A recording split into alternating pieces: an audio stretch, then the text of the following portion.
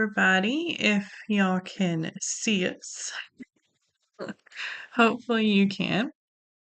Um, Welcome to me streaming from my laptop for the first time. So we're going to see how this goes.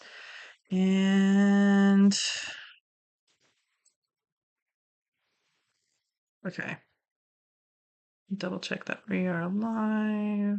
We are. Okay. Yes, we are. All right. Cool. Anyway, Mama Maggie, go ahead and introduce yourself if you want to.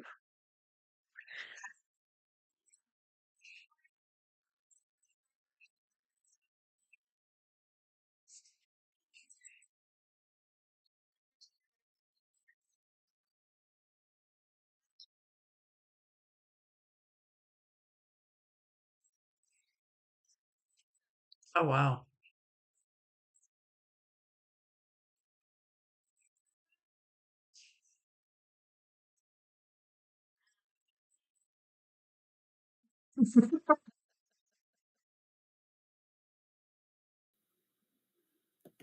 Okay.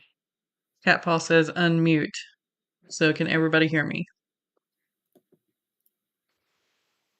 Maybe. Possibly.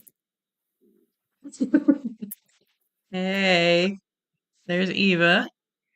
I am not showing as muted or anything. I'm showing as everything is good on my side. So Okay, so and I can hear Sam. You cannot hear me. Okay.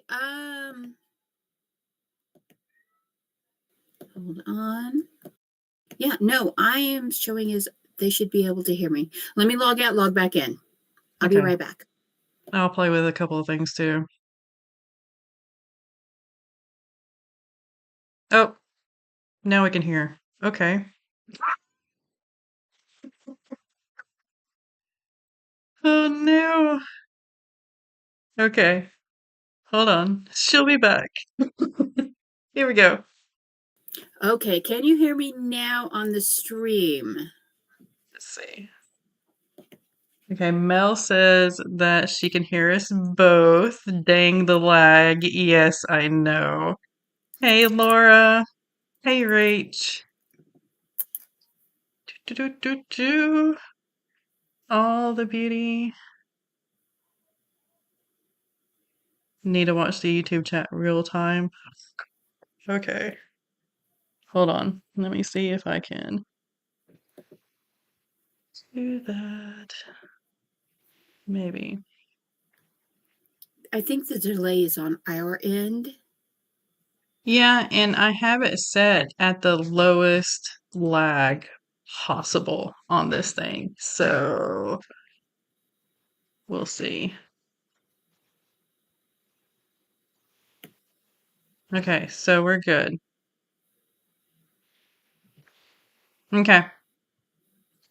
Now I have the chat over here so I can see it in real time. All right, cool. There's space. All right. Anyway, for what we do here, we try to help each other out, our writer family, on things that might be blocking them from their creativity. And that can be anything from imposter syndrome to just not finding the right plot point to go to next and all that good stuff. Sorry. I swear we will eventually I will eventually get this Streamlabs thing going. Let's see. Ba, ba, ba, ba. Okay. Laura says, I'm making progress in Crimson Strings. Awesome. I'm so happy about it. My poor characters. I'm at 72,247 words in this draft so far, just for book one. And I'm thinking this will That's end up amazing. at 80K. That is so That's awesome. amazing. It's so awesome. Like Eva's like, wait, Maggie, imagine it in slow-mo. Oh, Eva. I found a coffee cup. Ooh, neat. It's as big as my face. Let's see. Cat Paw says, I have half a chapter left to line edit. I was trying so hard to get it done before now so I could celebrate with y'all. You're good. You got half a chapter. That's awesome. That's enough of a celebration right there. Rach says that she has ADHD brain this morning, but she's still getting stuff done. Need to dive into my actual goals. Eva says that's a coffee bucket. No, my coffee bucket is actually bigger. Since I'm with the cats, I stopped at my new favorite coffee place in Lincolnton, and it's Scooter's Coffee. They have one in Lincolnton and Cherryville, and kind of scattered throughout. They're not as a huge of a chain as, should we say, Starbucks? We'll say Starbucks instead of the actual name. So yeah.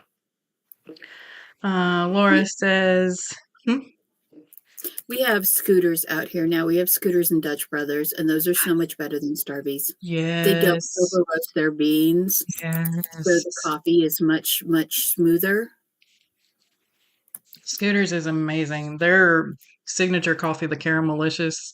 Of course, I'm a I love caramel the freak. Caramelicious. Yes, so good. I do not care that their largest Caramelicious is the equivalent of drinking 3/4 of a cup of white sugar. I don't care. I don't care. I'll have my entire sugar for the week in that one cup. Yeah, yeah. Oh, Eva says that she thought that Starbucks owned Scooters. I don't, from what I've read, I think they're privately owned. Like the Uh, former owners is a couple, and they still have it. They're still CEO and COO or whatever. Maybe Starbucks is trying to buy them because I don't know. Starbucks is having issues right now. They've been closing a Mm, lot of locations. You know, the location in the big famous location in New York, the one that's right by the 7th Street the yeah. 7th Street Mall and the Subway outlet right in Mhm. downtown Manhattan. Yeah. They've closed that location. That is so weird. Why? I don't. So, a business that I know of, because I don't know if I'm allowed to speak of them, they closed one of their $3 million stores. And it was the highest grossing store in the region. But they left everything else. And it's like, what are y'all thinking? I don't get it. I don't know. So it's like one of the things that's happening. Like I know that one of the things that's happening, like if you're on the West Coast, like San Francisco, do you know, Mark? Well, you've never been to California. When you're in San Francisco, like I haven't been in California for like 2 decades, but the big place was to go to Market Street. It's this huge street. It's all these shops and everything. Yeah. And I got on this video rabbit hole the other day, and it was talking about um, shopping places that are now crashing and burning. And you go down there and like the first, like I always wanted to work at the Walgreens over there because it's the first Walgreens on the West Coast. And they were talking about how because of the way California has decriminalized all sorts of petty crime, that all of these businesses are closing because it's like, unless you steal more than $5,000 worth of something, they don't even give you a ticket, which absolutely Wow. blows my mind. It just absolutely blows my mind. Yeah. Some things need to change. Need to change. And it's like, and so yeah, this would be a good thing though, because a good topic to do with. Okay, so you're writing a fantasy, romantasy, sci-fi thing. What is, one of the struggles is how do you create a legal system that's not reflective of our real world legal system? For one thing, it would be better. I mean, Um, think about the Ferengi. Their whole everything is pretty much, as long as you make profit, you're not wrong. right. Or the Borg is all about efficiency. As long as you are doing your own efficiency, Mm, as long as you are doing your job efficiently, that is something, with the real world overlap. Where do you draw the line of what is, um, when you're creating a system, something that is not considered illegal in our stance? Like, right, like one of the big things is, I follow all these women's topics, women's rights around the world, global women's rights, and there is a very, very big thing trending right now because um, back in September of 2022, Masi Jani Amini is an Iranian woman who her hair was showing, and she was 22 years old, and the morality police arrested her, raped her, beat her, waterboarded, left her. When her family was finally able to try to get her out, she was in a vegetative coma and she died later because her wow. hair was showing out the back of her habib. And the Iranian women are extremely persecuted. And a video that is now trending for people that follow those topics is, there is a student that on Masa's birthday she took off her habib and is walking around the central square of the Iranian State University in her underwear. And now let's be honest, her underwear is much more modest than many swimsuits you see in the West. But she is literally sitting there on her phone, and she gets up and she walks around the square as a protest on Masa's birthday. Wow. So it's what we consider criminalized, not criminalized behavior here in another culture is extremely criminalized behavior in other places. And this brings into a whole range of topics, like how far do you bring in, where do you bring in sensitivity readers? How do you portray a culture that is not your own? How do you react to a culture like over here in the West? We don't react about that at all. Right. People wearing swimsuits around in public, people, walking around shirtless, people, we don't even look at clothing. That's not even a thing. We still have this culture mentality that what she wears means she asked for it, which is something we've been fighting for literally 200 years. But, Yeah. they're a culture where everything above the wrist, everything above the ankles, and everything below the jawline must be covered. Yeah. So it's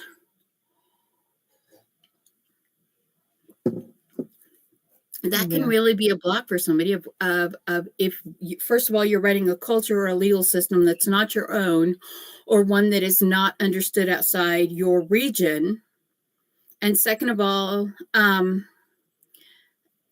do you write like an alien culture? How do you write a fantasy culture? Because if you look, all of the great fantasy books, all of like Tolkien, even Tolkien Mhm. has so many Judo-Christo themes in it. Yeah. And so how do you write a culture that is completely alien, Yeah.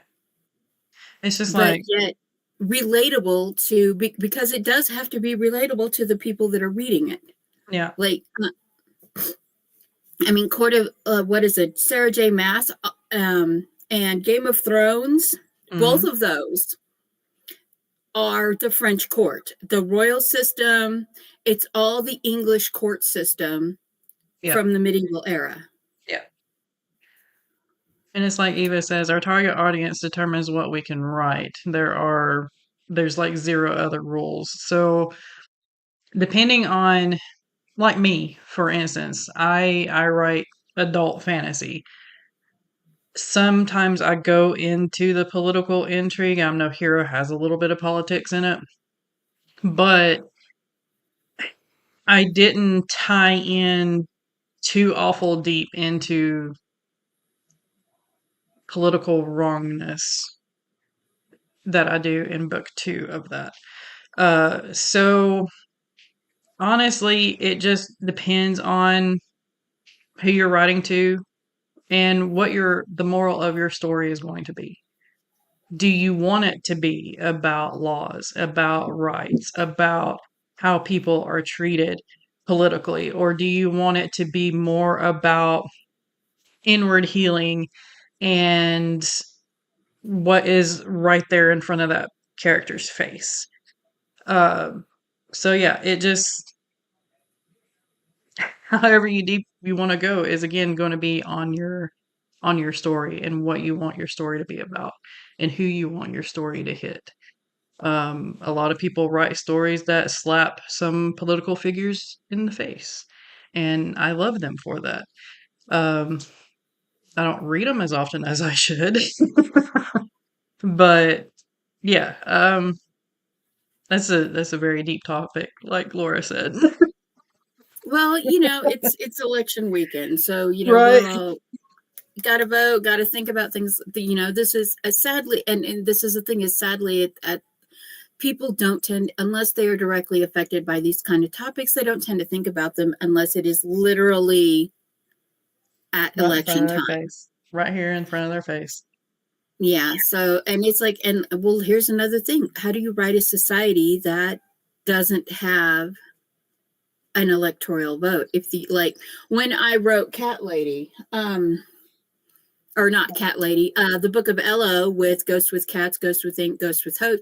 When you get to Ghost with Ink and Ghost with Hope, you really delve into the political system of the Elo people, which is a tiered system that is literally by birth and skill. Right. And once you are placed in your tier or your rank in society, there are ways for lower tiers to move up slightly, but once you are placed in the top 10 tiers, there's pretty much no the only way for a woman to move up is to marry woman or female to move up is to marry someone above her tier and get them to ink her, and then she shares the tier with her ink giver. But really, for men, the only way to move up is basically by a royal award. Like Right. once you are ranked by your skills and your abilities, that is where you are for the rest of your life. Right. And it's and so it's very interesting to to write systems where they don't have any votings, where you are forever, and it's impossible to move up or down. And to do it in a way where it's you can do it like royalty, you can do it by power levels and magic, you can do it by skills, you can do it by family lineage, which is something that in the Relic of Time Wars, it's a battle between the Ethereans, between the elitist, and between those who are elitist, who think that their family rank should determine everything where they are in society, and those who are what are called the equalitarians, who believe that your worth is in your heart and not your birth. Yeah. So tier systems, caste systems, different kind of socioeconomic level systems. That is something that when you're writing is, how many levels do you write in a society? How and yeah, most of this world building is completely behind the scene. Your readers will never see it, but having this established before you start writing or knowing how you're going to do it, that is something that creates a world layer to your world that can completely change a plot point. Like you have a character, say they're a higher tier, and they are basically robbing from the rich to give to the poor. That becomes this Robin Hood trope. Or you have someone that is already impoverished, so is trying to work their way up, then you get the Aladdin trope. That, and they get a lucky break or something, and they get to move up. So yeah.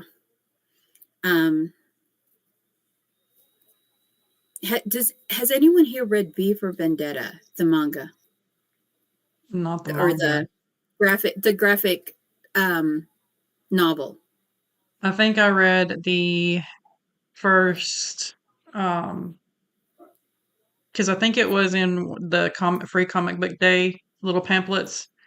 I think I read like a snippet out of there. I can't remember when, but it was a long time ago. But yeah, even the movie is, yeah. It's Cat Eva's Paws, birthday today. yeah. Happy birthday, Eva! Well, birthday week. Friday is her birthday. Cat Paw says that she touches on it, or rather asking questions in AA, but there's no in-depth answer. Parallel timeline. Case system. Jenna says reputation point / merit. Video games get so weird and intriguing on that one with interactions. Yeah. Eva says world events inspire my writing more than block it. Yeah, kitty. Mel says I definitely like when different systems are considered when multiple people, nations exist in a world, makes it more believable. And Jenna says V for Vendetta paired with Moss. Most intriguing semester of adolescent lit ever. Wow. Hi, Yeah. I can't even wrap my brain around that. That's yeah.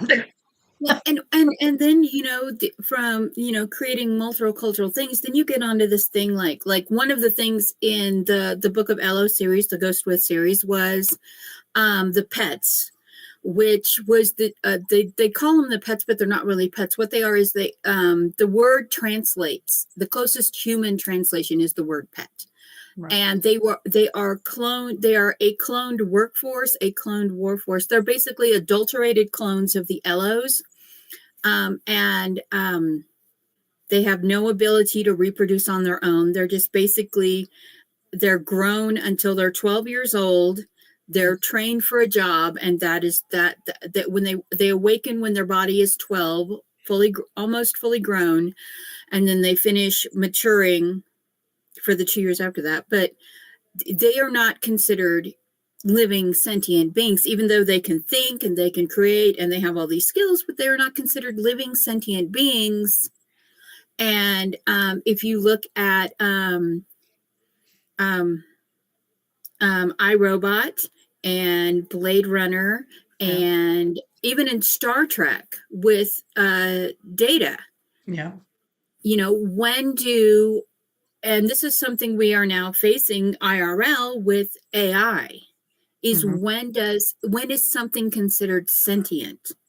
Right. So, and do sentient beings get the same rights as living beings? There's a lawsuit. When do animals, what level of intelligence do animals have to be considered sentient beings? Now, you, me, everyone in our chat that I know right now, we consider cats and dogs to be sentient beings. Yeah. We consider dolphins to be sentient. We consider whales and gorillas and chimpanzees to be sentient. All Now, forms of life can realize something. They feel yeah, something. I mean, it's what level of that do you want to create laws on? I mean, mice can problem solve.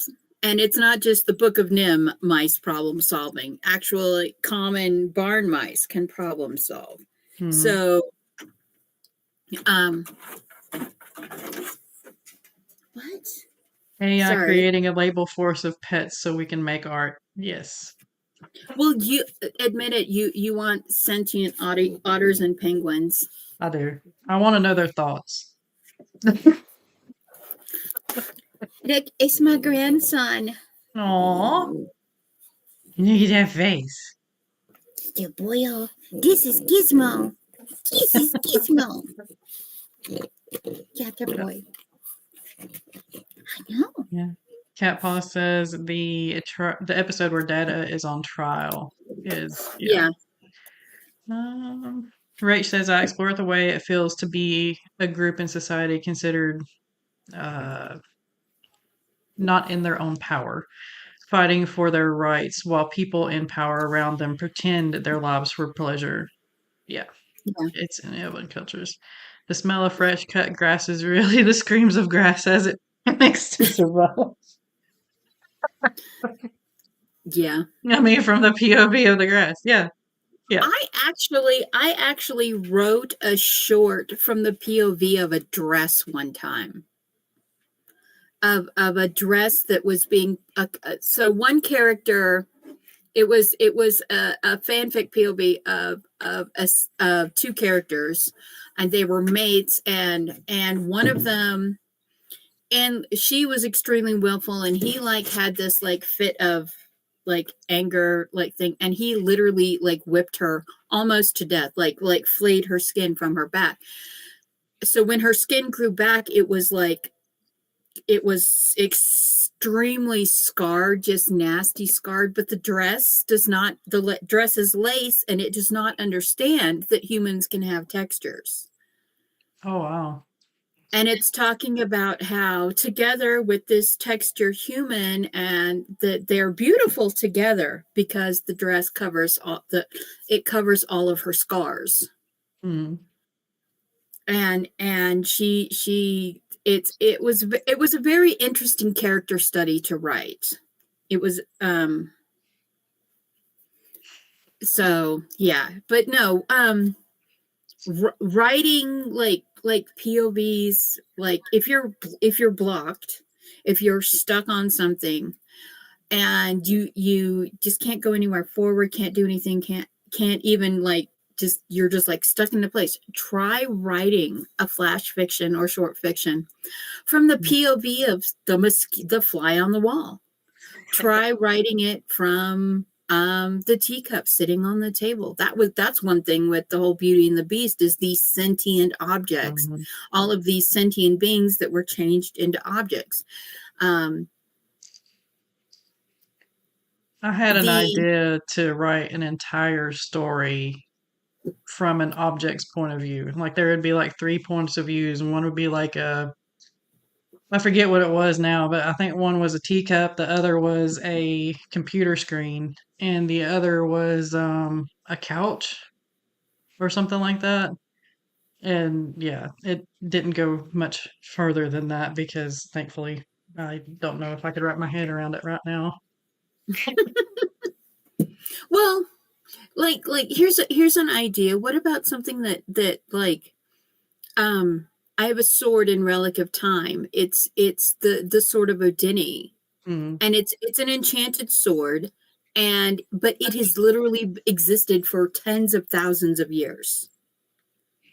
And it is so old and has been so like affected that it's not sentient, but it knows who to protect, if that makes sense. Like Yeah. it will like if Shads is incapacitated or something, his sword will literally try to protect him, or his sword will go and protect his sealed one or her mother. Mm. And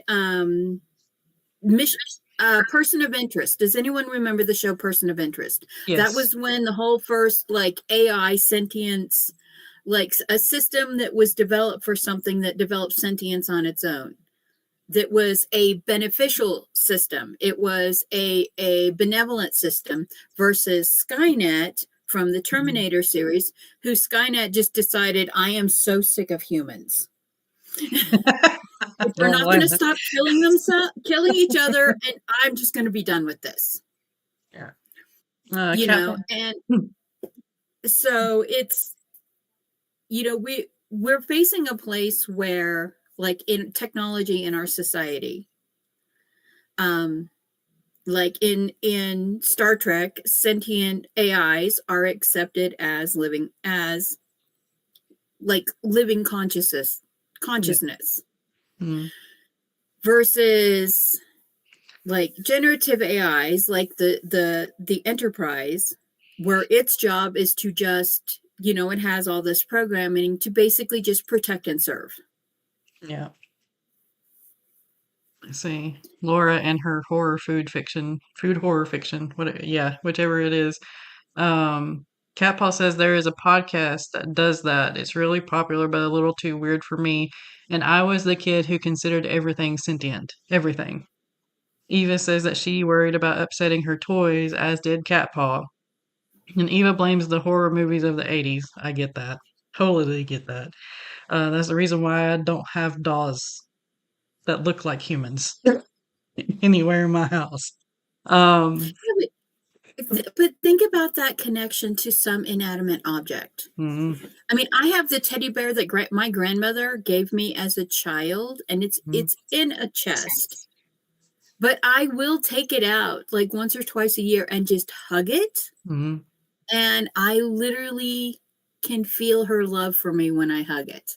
yeah, Now, is that just an illusion of my brain? Is that my brain saying emotional association? Let's have these hormones and beep, and then I get that flush of feelings, like the whole inside out, sentient emotional little entities in your mind. yeah. Yes, I do. Mm, Is it real? Could I put it in like a photographic scanning thing and like photograph it at different wavelengths to see if there's actually any energy in it beyond being just a teddy bear? It's not mm, going to show anything. It's going to be a teddy bear. M&M's right. commercials just confuse me. I my nephew refused to eat M&Ms after seeing the M&M commercials.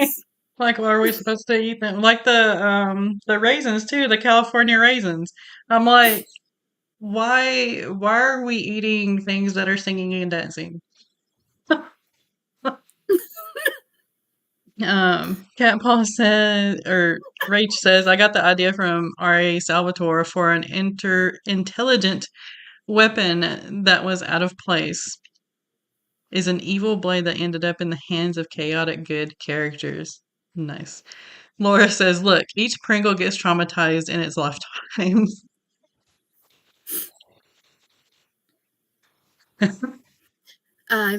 Rachel says, I'd love to use an inanimate object that way. Eva Mhm. says, M&M commercials confuse me. Yep. Like we're supposed to want to eat them? Yes, yes, we are. Rach says, I felt that too. The California raisins had me swearing since I know I wouldn't eat them when I was little, and I swear it was probably because of those commercials. Um, Cat Paul says, I still wrestle with this at times. Do I still count as a grown up? Yes, yes, you do. We're all traumatized. Yeah, that adultier adult. I need an adultier adult today. I think we all feel that. I think we Yes. all feel that. Yeah. Um, yeah, it's these, there are different levels of like world building that Mm, you can put into things to make differences in how you see your world, how your characters see their world. And it's so easy for us to like self-insert and not even realizing mm, we're self-inserting. yeah. Or maybe we're self-inserting on purpose, like um the Chronicles of Narnia. Mm, yeah. That the Chronicles of Narnia are if you look at them from a psychological point of view, it's basically a study in different traumas. Hmm. If you look at it from a religious point of view, you're basically going through the 10 Commandments. You're going through the trauma. You're making the trauma. Yeah. So it's, we people authors self-insert on purpose. Sometimes they self-insert on accident. Hmm. And it's how much awareness do you have? How much are you going to build into this? Like, look at anything contemporary. Yeah. Anything contemporary, you can see the author's preferences, you can see their choices, you can see, you can even find their favorite food and drink in contemporary literature, because half of it is literally self-insertion in your bubble. Now, my thing is I want to push the limits, so I write stories about people who've experienced like much bigger traumas than me, and what they're going through and stuff like that. But it's very, very interesting to try to figure out how to weave these, into the background of not necessarily trauma, just traumas, but like good events, world events, Yeah. things like that. It's and another thing is like, how much of these things do characters believe versus that is the real in the world versus the unreal in the world? Because like even in our society, we have people that are Holocaust deniers, which is a horrific thing. We have people that are flat earthers, people who literally believe that the earth is flat because it's perception bound. And I'm like, okay, and they'll even argue with you that, well, you can see the earth is flat even when you look at it from the moon. And I'm just like, what? It doesn't matter that you can get into the orbit and get in an angle and see the curvature of the earth and watch the earth turning around. And honestly, the whole Flat Earth Society is basically a social experiment that escaped its cage, that was started on a university campus as a psychological experiment, sociology and psychology experiment. And it basically escaped the cage. Yeah. So how much, like there's a lot of stories that are out there where people believe the world is one way, and then the character discovers something and the entire world, their entire worldview is blown apart. Yeah. Rach says, just thought about the Tina writing Gabriel with his black coffee and toast while Stenius is over here using sugar and cream, self-insertion. Eva says, I'm putting together a children's book about pregnancy, infant, and child loss. It's a poem to the tune of You Are My Sunshine, My Only Sunshine, a picture book for adults. Question mark. I'm having a good time though. Yes. Yeah. Well, that's the main thing with writing, as long as you're having a good time with it. Yeah. And as like a reader too, it's like, what if the author didn't have an undertone of this? What if it's just a story? Well, I think that that's part of the problem that we're having right now with mass produced, every okay, so I get accused of rapid publishing. People are like, oh, well, she's rapid publishing, her stories have to be crap, because that's, for rapid publishing, you have to have a set plot, a set character profile, as you're just basically mass producing this same story over and over and over and over and over again. And what they don't realize is I literally had a couple million word backlog to edit before I started publishing. Right. Like I had years worth of writing, and then I kept writing during those years. And it's only since 2020 that 2020. And then I just wrote 2021. I didn't do that much publishing. And then 22, 23, and 24, I've been trying to stay on this schedule, not really succeeding, but kind of getting there, and I'm rapid publishing, but it's not because I'm rapid writing. Right. And so there's these perceptions, reader perceptions, about people who rapid publish having poor quality of work versus people who are rapid publishing from having this vast backlog of writing. Like there's authors that are rapid publishing right now that they've been writing for 20 years. They've been writing a book a year every year for 20 years, and now they're finally starting to, now that they're retired, they're getting around to publishing. Yeah. So Okay. I forgot where I was going with that. I need more coffee. It's all good. But Living is there's cool. we have perceptual constraints. Like Mm-hmm. Rachel and Dawn have been writing for decades, Mm-hmm. and they're now finally publishing. Jenna has been writing for decades, Mm-hmm. and she's now finally publishing. Yeah. You have been writing for decades, and you're now finally publishing. You're right. That's because I finally finished some stuff instead of stopping halfway and going, "Ooh, shiny." I'm not going to do it. I'm not going to do it. I'm not going to write The Moon is Waxing. No. That is future mama's problem. That is 2026 mama's problem, not now. Yeah.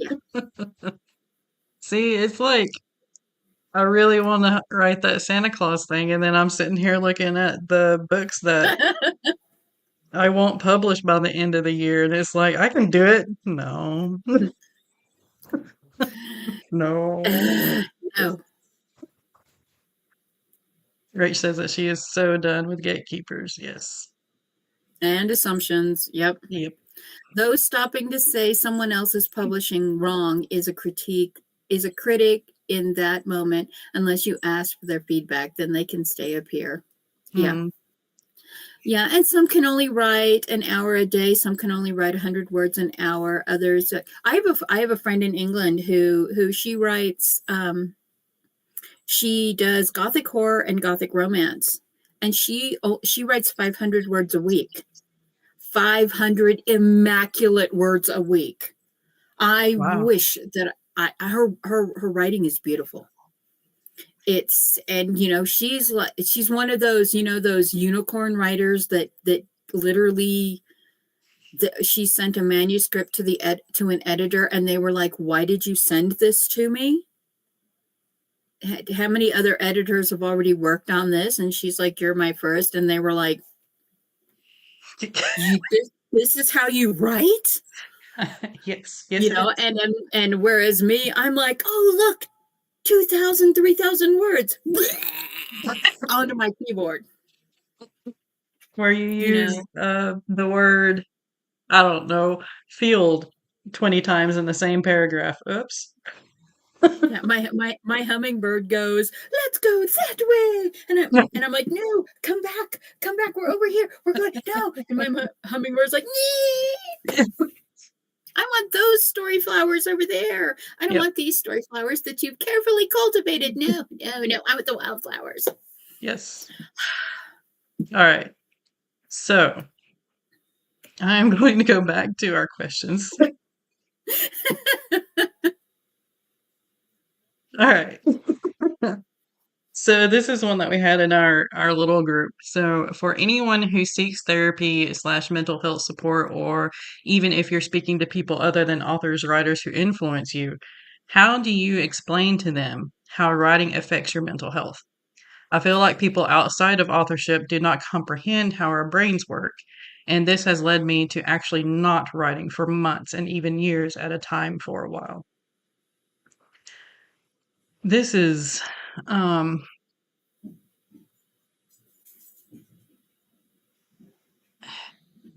trying to remember. There is a movie where the main character is an artist. I think they're a painter, and they see a therapist, and they are trying to portray how art helps them, but is also, like, how did they put it, an abusive stepmother at the same time.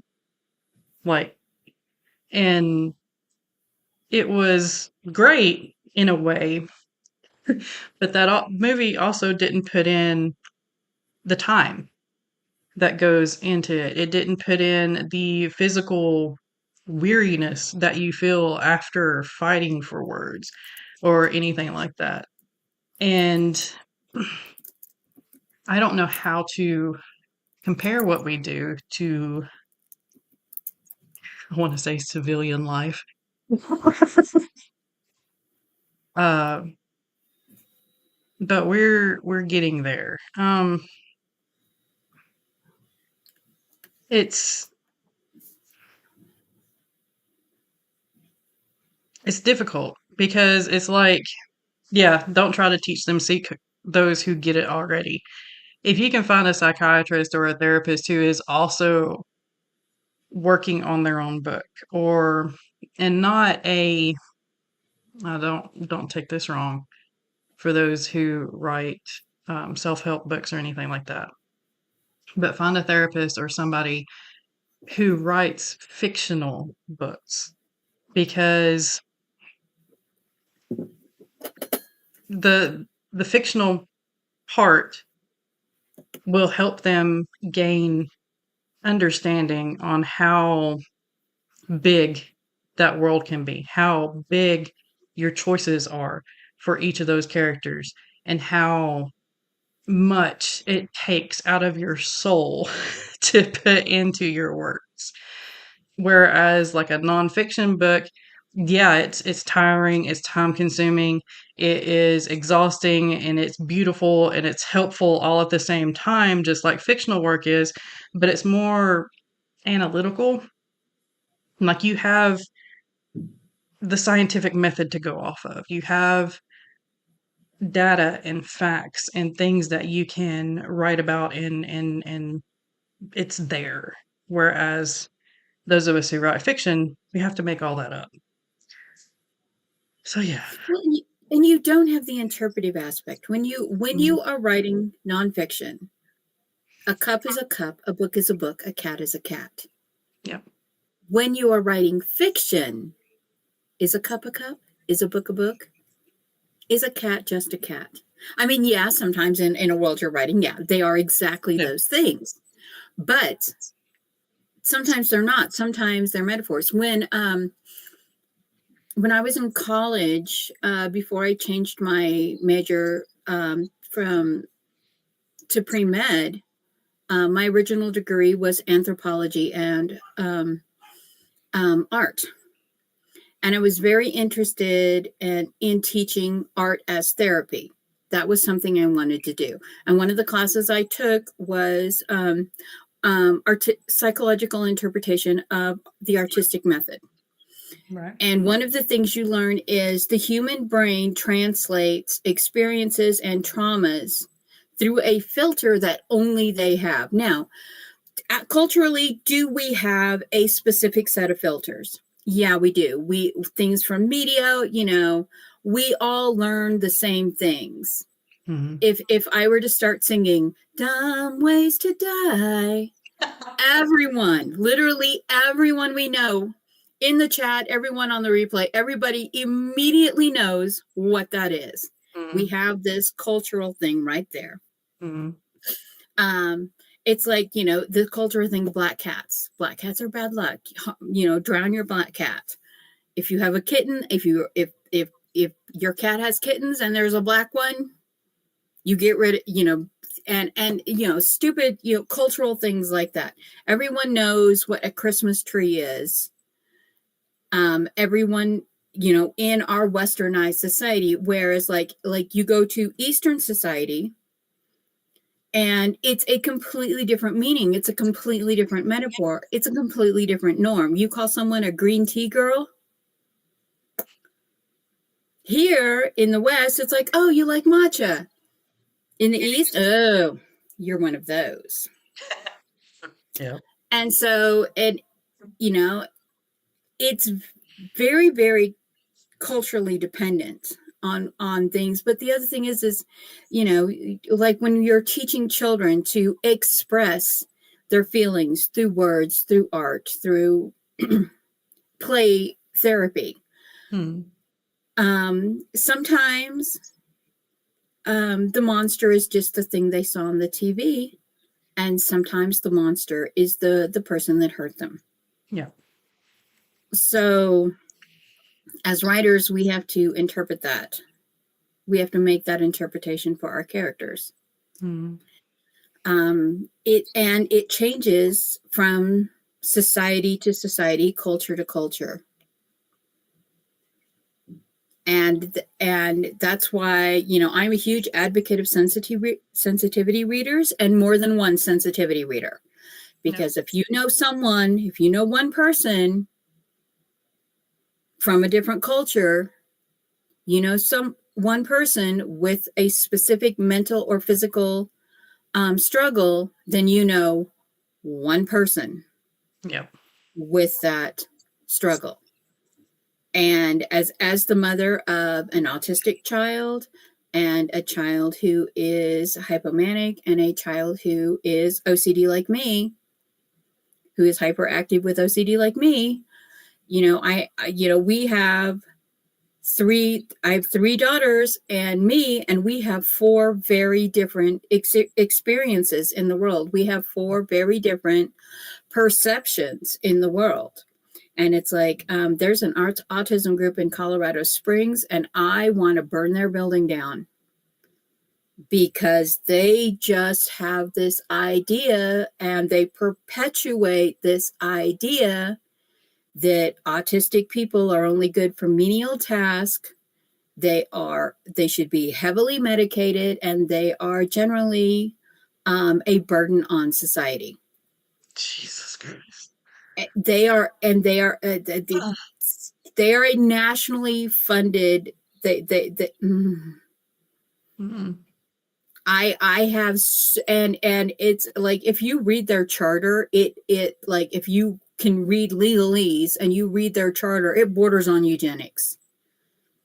If you don't know what eugenics is a theory that was proposed back in World War II and slightly before then, that people with disabilities, physical and mental disabilities, should be put in institutions used as basically farm labor or put to death.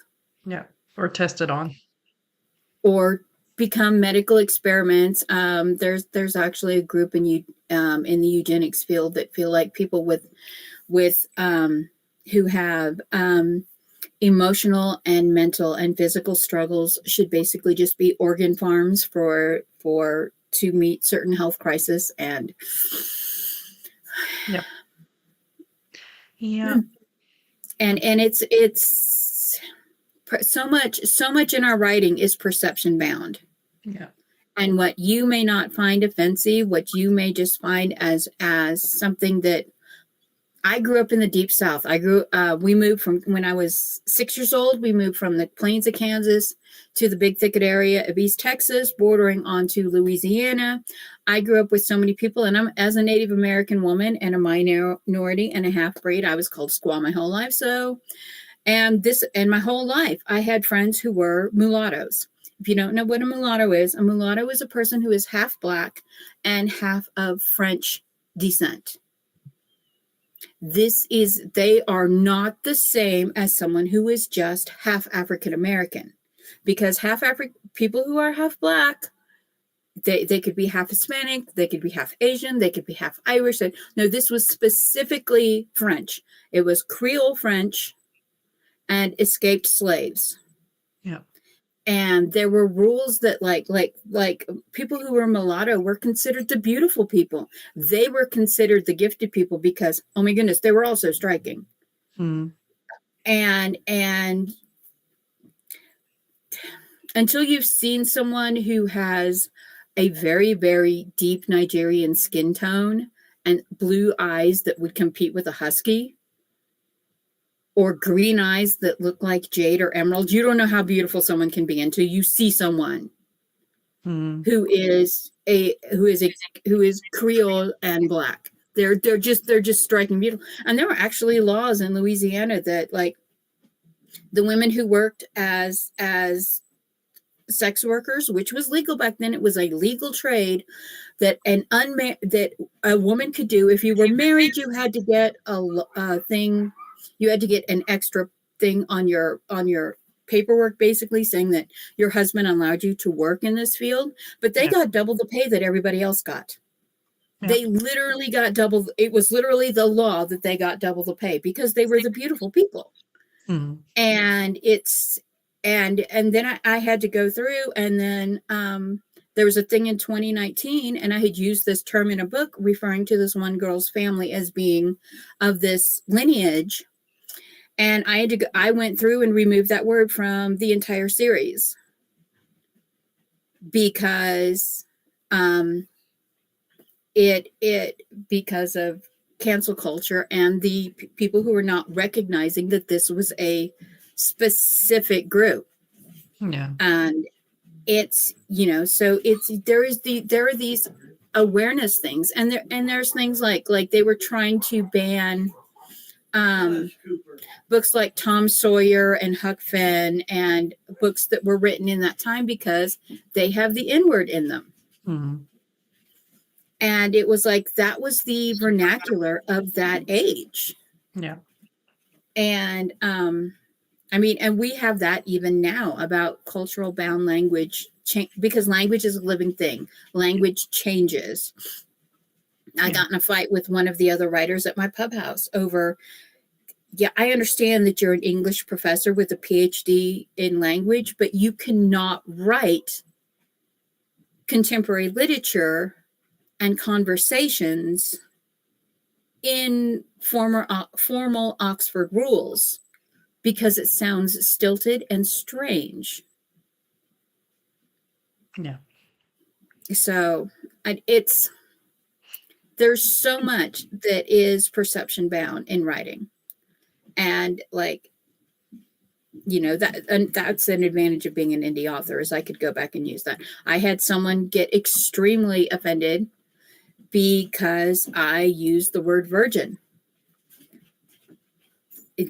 They took 2 stars off of their review from me because I used the word virgin. And she says it's a social construct. And I'm like, actually, it's a biological construct. And the reason that and here is something that is horrific about our society. The reason that so many girls are reaching the age of adulthood and starting to become active in that way and discovering that they do not have an intact hymen is because recent estimates are 60% of female children are molested before they reach the age of 5 and have no memory of it. Yeah. So this biological existence thing has become, they're trying to say it's an urban myth. It's a sociological myth that is completely separate from the whole purity concept. Do not mistake an actual biological trait with a religious trait. I'm not implying the religious trait at all. But it's very interesting how what happens in society, what happens in cultures completely affects perception from generation to generation to generation. And right now, we have the whole Gen X, Gen Z, Millennial, Gen Alpha war going on. All you got to do is hang out on TikTok for a day. And the war between the gens is hysterical. Let's see. There are a few organizations that suck like that. Your voice matters. Share your experiences. Let's see. Anyone get frozen because you're worried about cancel culture? Yes. Yes. Yes. Very much so. I actually left an indie author group because 2 of the people sponsoring the groups were selling their own editing products, and that was the whole reason they started this indie author group. And they were both saying that you don't need to have sensitivity readers. And it was just like, are you insane? Yeah. Wow. See, Virgin has a definition. Eva says virginity is a social construct to me as well. But it's there's also the biological aspect of it. Yeah. And it's not virginity that's the social construct. It's the purity. That's the social construct. They're Hmm. just using the same word to refer to two different conceptual premises. And Yeah. as a medical person, as a person with a medical background, it's it's very difficult from when like to see things, you know, a person who has never had sex, or a person who is naive of a particular experience, and in some cultures an adjective for an alcoholic beverage that is missing liquor. Yeah, she's Hmm. Rachel's putting up the definition. Yeah. Yeah, but it's, yeah, sadly, no. I read a paper where they were talking about how the reason that they believe that there's this trend is because they're now estimating that it's something like 60% Hmm. of Western children, and That that's is just, that's sick. That is absolutely sickening. it's Okay. it's it's a yeah, it has been pushed into one social construct, which is important. Yeah, Yeah. and it's because it has become tied to a religious premise, which has then become tied to a social premise. It's, you know, Yeah. Okay. Anyway, to go back to the question, search, I guess, is the best thing. It's just like any kind of doctor that you need. You find one that fits you best. You find the one well, that's going to help you best. And well, yeah, it's like yeah, and you know, when you talk about doctors, you have to understand that the majority of medical testing is done on healthy young men, which is why women's medical care is so skewed. yeah. Right. See ya, Eva. Have a good rest of your day. But yeah, okay. Um, do we want to go into another question or do we want to stop? Wait, is it 10 o'clock? No, it's 9 o'clock. Time change, Eva. The time changed. Well, it might be because it might be 10 for her. She's in between us because it's 11 for me. Oh, okay. Yeah, Yeah, it's 9 o'clock for me. yeah, Yeah. yeah. The family's all running around. They're going to go to Estes Park and go to the Stanley Hotel today. Nice. No. I don't do haunted places. No. I don't do haunted places. My neighbor, he does the Hickory Haunts. He works the Hickory Haunts and has for years, and he's trying to get us to go. And I'm like, dude, I just no. No, no. That's okay. I don't do scary places. Yeah. Yeah. I bet that, what is it? I don't fear monsters or demons. I fear what real people do to real people. Yeah, and real people work those haunted houses. I don't no. Oh, they love them. They love them. My middle loves haunted houses. She Hmm. loves working for them. She loves setting them up. That's her favorite thing. And I'm like, I don't know how you came out of me, but no. What I don't so in my brain, every time that I see a scary movie that has a haunted house in it or like the ghost haunts or anything like that, it's like that is the perfect place to commit the perfect murder. Period. I have a scene where a serial killer murders a girl and her roommate, and then catches her roommate and attacks her, but the roommate's cat uh, kills, like, attacks the serial killer, and she Mhm. escapes and hides. And so he calls for a pop-up haunted house party to come in and ruin all of the evidence. Mm. And the people going to the haunted house party don't realize that the one dead girl hanging in one of the rooms is actually a dead girl. Yeah. They're just like, "Oh, this is like the best haunted house I've seen in a while." You know, putting it on their post social media, and it's like, yeah, that's actually a real dead person. Yeah.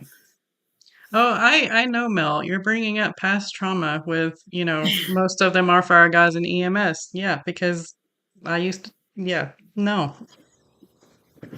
The one year I worked the haunted hayride was the year that I was doing EMT basic training. And yeah, I thought my ribs were broke by the end of the night because I was in this hallway. We had caskets lined up and all this stuff, and I was laying in a grave, very shallow grave, I will point out, with leaves covering over me.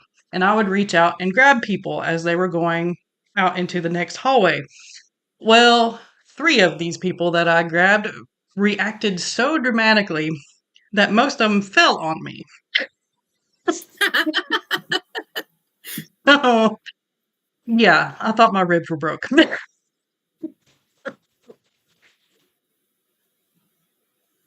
Yeah, At Capot. See, that's my problem. yeah. When you can see the floaters, that's yeah. When you can Yeah, feel I feel the when I spirit. was in high school and college, I can understand her because I did volunteer to do those things, and I was one of the people that would dress up, hide among the mannequins, and then chase people down the road. Yep. That was one of my things. Yep. I that was quite fun to me. Was terrifying other people, Mm. but it's like as far as going to like real haunted places, like battlefields and things like that. Yeah. No. No. Those There's enough of that just in the backyard. I mean, I don't.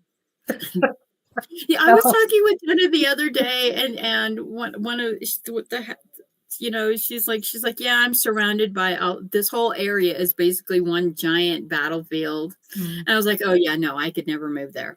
We where I grew up, I mean, the woods were filled with old burial grounds. You know, Cherokee, Cree, not Cree, but mostly Cherokee. Some of the old people that moved in there, you know, the Scotch Irish and everything like that. I mean, you could stumble upon a graveyard in the middle of nowhere because there used to be a house there somehow, you know? So, yeah, I don't need that. And in the woods, especially where I grew up, there are things that you see a little symbol somewhere in the trees and you're like, all right, take a 180, let's get out of here. We're going the other direction. Yeah. Yes. Yeah, Crazy.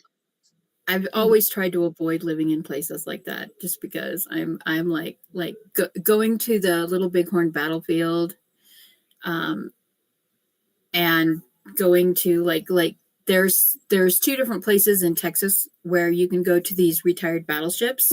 You can go see the San Jacinto and you can go see the Gray Ghost, and you can go tour the battleships, and there's like places on the battleships where the temperature is extremely different and you're like, oh, Mm-hmm. nope, no, we're gonna go back up on the deck.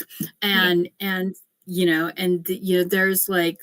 I do not like, we took a plantation tour north of New Orleans, and it was like, nope, I can't stay here, nope, Too many people nope. died there. It's not cool. Um, there's an old cemetery, for instance, because this is actually in a video on YouTube, in a couple of videos on YouTube, where ghost hunters and all that stuff have been to it. It's called Tilly Bend. And that is basically 45 minutes away from where I grew up. And people, high schoolers, would go there and explore it in, you know, midnight, 3 o'clock in the morning, you know, the witching hours. And I swear there were a couple of them that would come back and they would have this, and it would be a week from them going up there, and they would have this scent about them. And it's like, dude, you got something on you. I don't. Here's some sage and some Yeah, salt and you holy needed to water leave while that. I'm at it. You need to leave that back there. You need to go back. You need to sage yourself. You need to wash yourself. You need to pray. You need Jesus. Yeah, no, it's that's, and well, that's another good thing to put into to books Yeah. is like, because we're just coming out of spooky season, and yesterday Mhm. was the Day of the Dead, Dias de las Muertas. Mhm. You know, do you have a spiritual layer to your book? Are there hauntings? Are there indwellings? Are there things that are not quite of this realm? In Relic of Time Wars, I have the shadows, but they're not explained. They're called dust ghost, but and they are the sentient remnants of disillusioned people, Mhm. of the people that survived the cataclysm. Their souls survived the cataclysm, but they're not like haunted ghosts. They're not like, Yeah. and there's discussions about how do these things relate to what is common culture, religion, versus what is actually. And of course, it's all perception bound, because what one person considers a ghost, another person considers their ancestors. Yeah. So where do you layer this into your books? How much of this do you layer into your stories? And how does it affect their traditions and cultural aspect? Because some people bury their dead, some people burn their dead, and half of it is because they don't want their spirit to linger, and the other half is because they want to be able to go back in and visit or something like that. So you Do need to also think about how the spiritual aspect, if there are ghosts and whatnot, also affects the traditions that the characters have. do they reincarnate? Do they have Yeah. their memories when they reincarnate? Because that's a very interesting concept. Mm. If you reincarnate into your own life and jump back to a point in your life, do you have your memories? Can you take a different path? Do you reincarnate into another life Yeah. where you have to start completely fresh? You know, you have to go back because you didn't learn nothing. Or are they isekai? I'm looking at the whole isekai genre. Truck-kun. Yeah, did you fall through a portal? Did you fall through a portal? Did you fall through a time hole? Yeah. Have you ended up, and it's like, have you jumped have you jumped back with your body, or are you now in a new body? No. And then look in the mirror and go, it's not my face. Let's see. Rach says being to a real haunted places is frightening. It was when I came upon things that I hadn't expected that was really frightening. Yeah. Mel says I found that if I made my intentions clear and made peace with them before moving into their territory, I never had much issues. Exactly. Um, it's all about your intentions. But I've never put in battle. I've never went in battlefields just a hospital ghost. Yeah. Cat Paul says I'm more afraid of living people. Yes, ghosts can be very interesting. Yeah.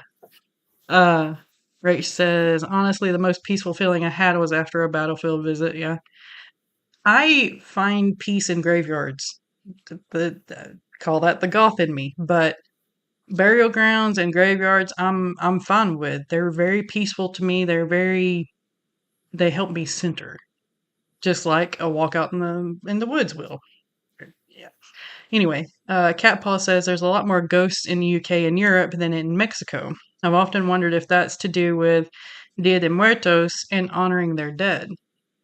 It's interesting. Well, the whole Dia de Muertos is actually from the Nahuatl or Aztec and Mayan traditions Mm, of honoring the dead. yeah. That actually is like Christmas was Yule. Mm, That's something that got pulled in. Well, Dia de Muertos is one of those things that got pulled in.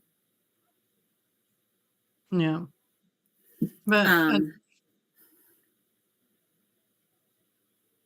I do wonder that though, because like you don't hear about these really, really ancient ghost stories in like Mexico and South. I mean, there are, but it's almost like their ghosts well, and spirits are guides. And the thing is they believe that their tribal religion is mm, one of reincarnation. Right. It is more like the Asian religions of being reincarnated. And but the thing is it's closer related to the Hindu religion, that you don't necessarily reincarnate as a human.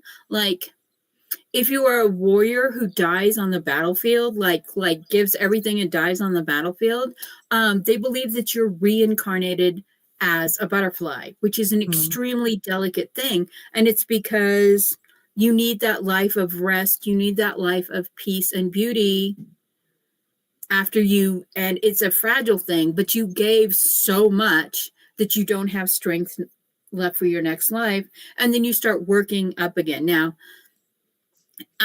it's, and one of the things is, and I absolutely love this about the Nahuatl or Aztec religion, is when you die, you go through the nine stations to the land of the dead. You go through these 9 different stations, and one of them is the land of the dogs. And there's a river, and you can only cross the river if you have a dog. If Yeah. your dog is waiting for you, which is why they will find, like and because of the climate down there, a lot of the bodies, but they will find these places where there are human bones and dog bones buried together. Now, because of the climate, there's no flesh left, and a lot of times, like, stuff has happened to the bones and stuff. But the few places they found, and basically, if you and your dog did not have a good relationship, your dog's not taking you across the river, and that's a point where you're stuck and you just have to go back and live a life again. You cannot go all the way through all of them and face the basically crocodile, and face the fire, and face the sinking sands. You cannot go through that unless you have a dog to get you across the river. Yeah. And your ghost dog, is basically your companion, and it's a dog that you took care of in life. So that's part of the reason that, and I mean, and here's the thing is even when they went through that phase where they somehow their religion, I don't want to say it was corrupted, but it got warped, and there was literally a thing where they were killing a few hundred people a day. It was like when Egypt kind of went into that sun cult thing, and then they went back to the old gods. That happened in the Aztec culture, and they believed that they had to literally feed blood to their god to make the sun rise in the morning, and they would just sacrifice people all night long. Mm-hmm. Cut their throats, cut their hearts out, pour out their blood. And there's documentation about this. And it only lasted for, I think it lasted for 60 years is what they estimated. But it's actually kind of a terrifying thing. I mean, they were going into other areas and they ventured up into the Southwest Americas to enslave entire tribes, take them back, take the warriors back and kill them. Not the women and children, but take the warriors back and kill them. Yeah. To feed the blood to the sun to make the sun rise. And it was like, it was this very strange, it's like, how did this, religion go? And then the priests were killed, and there was like a religious war. Mm-hmm. And there was 3 kings that went against 2 other kings, and then another king came up, and the 3 kings managed to kill these 2 priest kings, and then their successor. Yep. And one of the 3 kings ended up dying, but it's very interesting. Mesoamerican cultural studies, the religious studies, oh my goodness. Mm-hmm. This is a mythology that has never been explored. Mm-hmm. And that most people who are not in the part of the world where they've actually studied it or looked at it, the stories about their moon goddess, she who dances with bells, she who dances in the rain, Mm-hmm. Kotelku, It's such a rich mythology that has not been, everyone does Greek myth. I do Greek myth. Yeah. Everybody does Norse myth. I've not started Norse myth. But a lot of people who are Westerners do Asian myth. They Mm. do, they and there is this extremely rich mythological culture that has almost not been explored at all. Yeah. And it was almost completely erased by the Catholic Empire. Yeah. Because Catholics hate everything. Back then. All right. So Rach says, in my future Southern Gothic, there are spirits. Catpaw says, I'm having a lot of fun with Ghost in the sequel to Andina. Sorry. Rach says, this can be a complicated situation in the real world, little on in the fictional world. Yeah. Rach says, this is true. Come to think of it, usually it's not a ghost. It's more often considered a demon or some sort, while ghosts are nice, at least from what I've read and watched. Yeah. Better put anything supernaturally negative is separate from their ghosts and ancestors.